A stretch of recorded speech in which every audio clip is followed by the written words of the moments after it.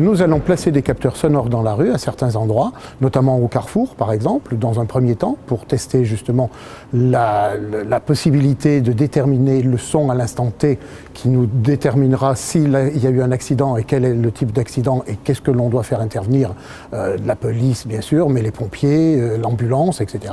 On ne peut pas écouter une conversation, ça n'enregistre pas en permanence, c'est pas possible, c'est juste une détection de bruit à un instant T.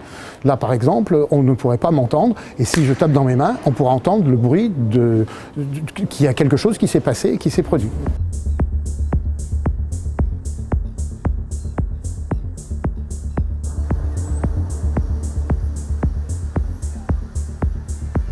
Les résultats sont flagrants, 90% plus d'incidents déclarés dans ces quartiers, non pas parce que la criminologie a augmenté, mais parce que maintenant les tirs sont répertoriés et la police est enfin appelée sur ces incidents. Ces micros sont vraiment faits pour écouter les détonations, ne sont même pas techniquement prévus pour écouter les voix. Donc dans le pays du Watergate, pour l'instant, il n'y a pas eu de cas d'écoute via ces micros.